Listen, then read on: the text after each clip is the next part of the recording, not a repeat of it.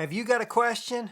Well, over the last several months, I've been getting hundreds of them, and today I'm going to answer a bunch of them. I'm Joel Strickland, and this is Surviving Duck Season.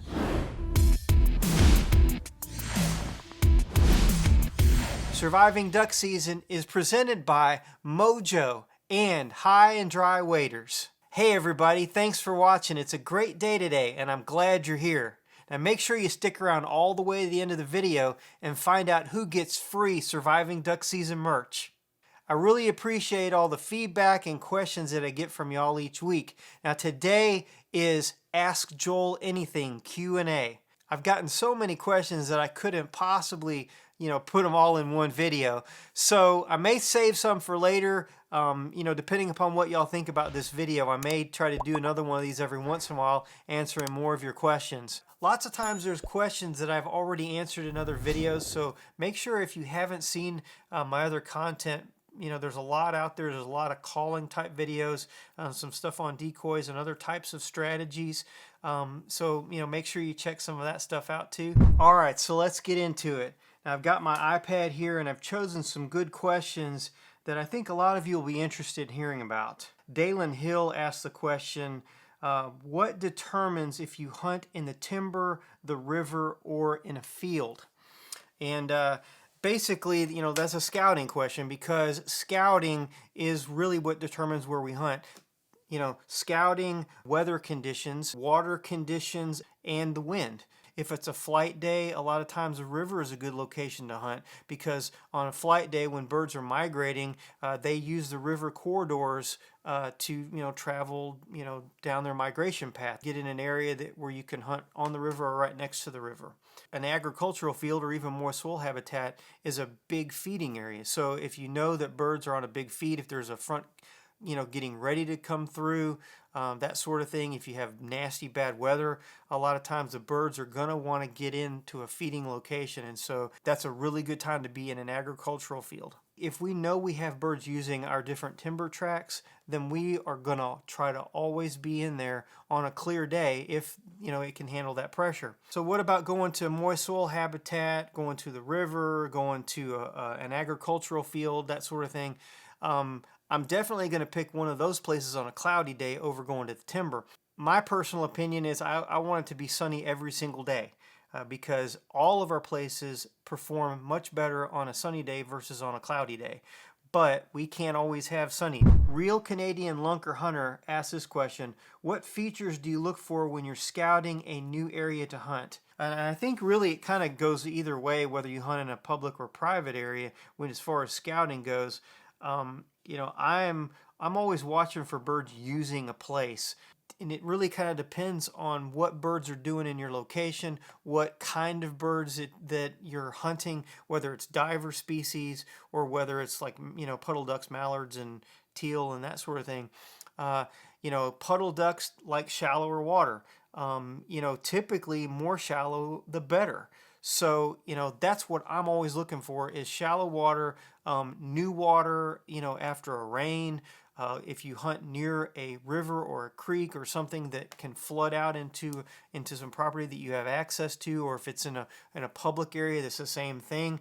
I like new water. Ducks like new water better than me, but that's why I like it, is because when you can find new water, the ducks tend to favor that kind of spot. So when you're scouting an area, if you can find a spot that's been newly flooded, a lot of times that's where you're going to find the ducks.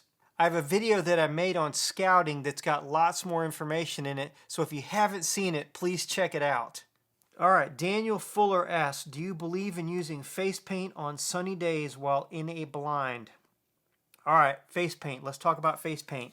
Face paint and face masks, it's all the same to me. If you don't know how to hide from a duck, you need to have a face mask on, or you need to have face paint on.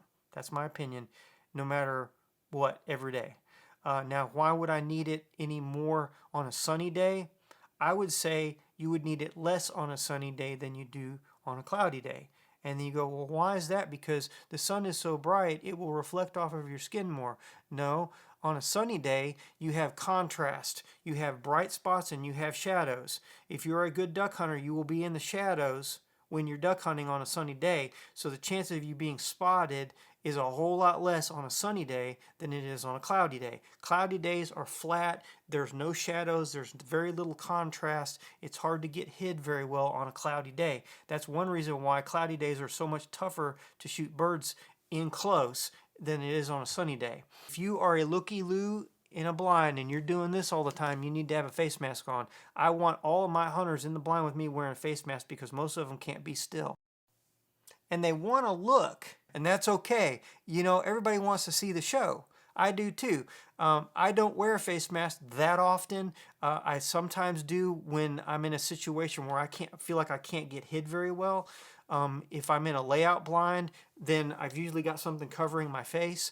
But you know, most of the time I don't have a face mask and I don't put face paint on. I don't like face paint personally, but it's effective, and that's why so many people use it.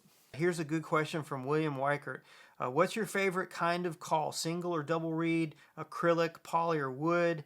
And are there different situations where you would use one kind of call over another? My opinion is we don't need a call for different situations. I think that you should be able to find a call that you can use everywhere. Now on my lanyard I have 2 duck calls and a goose call and a whistle. Both of these duck calls are Mondos. A Mondo is a cut down style call from R&T. Why do I keep more than one? Because it's a backup in case I blow the reed out or I knock it against something and it gets out of whack. Or you know, whatever. And so I have a couple of them that I keep with me, and then I got like a backup in the truck. So I can use this call everywhere I hunt. And that's kind of been the way that I've done all the years that I've hunted with different calls. I find a call that I like and I can use it anywhere.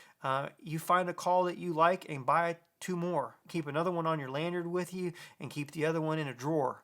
You know, because if for some reason they quit making it, you're not going to be frustrated, you know. But that's my opinion about calls. And so I like a DC Mondo. The one I've got is an acrylic. I like it a lot. I can get really, really, really loud and raspy with my call, which I like, but I can also get very soft with it. And depending upon the style of calling that you do, you know, choose a call and find a call, no matter what brand or specific model call it is. You know, keep blowing a call until you find one that you can do everything with. Now I have a video about choosing a duck call. It goes into a lot more depth about all the different types of duck calls. If you haven't seen it, please check it out. Honestly, I get this question an awful lot during duck season from people that come hunting with me. And this one is from Brad Swigard. And he says, how does the flooded timber come about? Is it there all year? Is it pumped? I've heard rivers flood it. Is it man-made? Okay. And I get that question a lot, as well as even, you know, our other hunting properties like our moist soil habitat. You know, they ask us, how does it get flooded? Is it flooded all the time or whatever? And so here's how it works. Flooded green timber is live trees that are flooded. Hardwood trees, you know, like oaks mainly. They're what lives along rivers, in lowland areas that are seasonally flooded. Flooded timber can't stay flooded all the time or it will kill it. And then it would be called a dead timber area. And that happens sometimes. Beavers will dam up certain areas and then they kill out timber. And it's not the same thing, you know, a few years after all the timber's dead. The ducks don't use it like they do green timber. So there's naturally flooded areas that only get flooded when we have a lot of rain and the rivers come up. And then there's other areas that are controlled by private individuals or game and fish type land and that sort of thing that are levied up to hold water. At our club, Cypress Crossing Duck Club, whether it's flooded timber or ag ground or whatever, everything that we have is controllable on the water side. You know, we have levees and water control devices in the levees, and we have wells, we have relift pumps, we have all sorts of things like that we have access to using during duck season and prior to duck season. We flood them up, and then we drain the water off after duck season is closed. And so, you know, everything is artificially flooded, whether it's held there because of rainwater and runoff, or it's because we've pumped it on everything we have is that way. So when people understand the amount of time and effort and the expense that it goes into, doing all this stuff, it makes a lot more sense why duck hunting can be so expensive. All right, here's a question from Dr. Blood 67. He says, please give me some tips for identifying ducks on the wing for a new shooter. I can do the colors and sizes, but it seems like those medium to large size ducks, I really have to wait till they're within 20 yards to really identify them. Thanks so much. Okay, so this is one of those experience things. It really is. I remember as a young guy learning how to duck hunt, it was so tough for me to see the ducks flying around and not know. And I had a buddy of mine that was several years older than me and had a lot more experience than I did. And man, he could watch those birds, hundreds of yards out there and go, oh, there goes a flock of gadwalls, or there goes some widgeons, and there's some teal. And you can learn to watch the way they fly and know what they are. It's just there's a big difference. I mean, pintails looks like they have a really, really long neck. That's one way to know what a pintail looks like. Widgeons and gadwalls kind of fly a lot differently than mallards do. They kind of tend to dip and dive when they fly. And so, really it's just going to be an experience thing. I mean, that's the best way I know how to tell you. Listen to them, because ducks make noises a lot when they're flying, especially if it's just more than one duck. If there's, a little group of widgeons, there's going to be a widgeon drake in that group making his own, making that little whistle sound. Every duck, while it flies different, it also has a different kind of sound. And a lot of times they're making noise, so make sure you listen for that. Now, I've got lots of dog questions. A lot of them came from last week's video that we did on dogs. And if you guys really like this style of Q&A type of video, I want to take a bunch of those dog questions and put them on a separate video. So if you guys like that idea, let me know in the comments below. Now, I've got some surviving duck season merchandise that I'm going to give away. And if you're interested in picking up some for yourself, I've got t-shirts and hoodies on the website, so check out the link below. But I got name of a couple of guys right here that I'm going to give some surviving duck season merch to. Dr. Blood 67, he had a question about identifying ducks.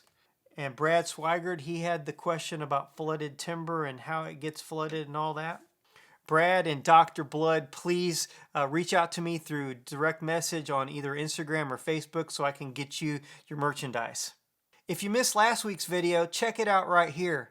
And this video right here is a video that YouTube thinks you need to see, so make sure you check that one out too. Until next time, I'm Joel Strickland. Good hunting and God bless.